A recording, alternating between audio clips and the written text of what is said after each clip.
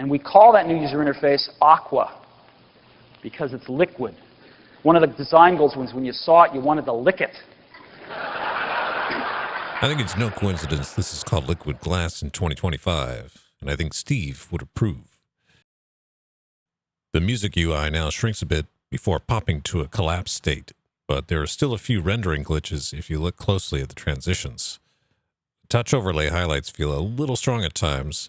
The full-screen Music UI doesn't quite line up when animating. There's a shift between the transition and the final state. Fading from light to dark is also difficult. There is a flash of perhaps solid gray color before the transition kicks in. This can happen on the UI or the underlying album icons, depending on which is being animated. In the Mail app, tapping and dragging the filter icon past the threshold can slide the whole app left or right. This is an interesting compromise because there's very little empty room to grab the underlying UI itself. At the top, it's a bit more complicated because tap and hold has its own interaction. I admire the effort put into user interfaces and interactions like this. The goal, as I like to say, is looks good, works well. Here's arguably the master of demos, Steve Jobs, back in 2000, introducing the Aqua interface in macOS 10. So this is the architecture, except there's one more thing. The one more thing is we have been secretly, for the last 18 months, designing a completely new user interface. And that new user interface builds on Apple's legacy and carries it into the next century. And we call that new user interface Aqua because it's liquid.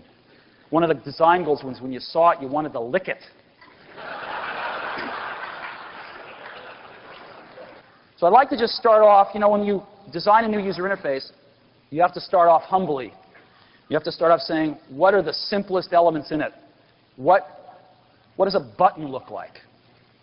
And you spend months working on a button. That's a button in Aqua. So a lot of fit and finish in this. In addition to the fit and finish, we paid a lot of attention to dynamics. Not only how do things look, but how do they move? How do they behave? And our goal in this user interface was twofold. One, we wanted to give a much more powerful user interface to our pro customers. But two, at the very same time, we wanted to make this the dream user interface for somebody who's never even touched a computer before. And that's really hard to do. It's like when we do films at Pixar.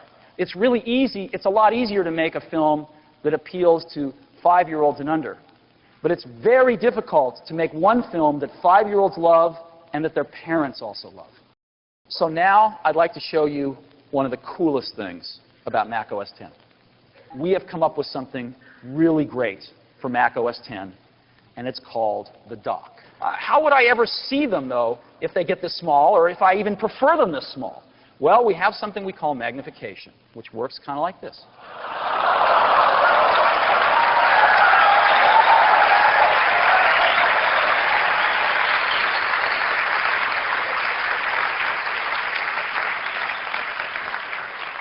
This is macOS 10.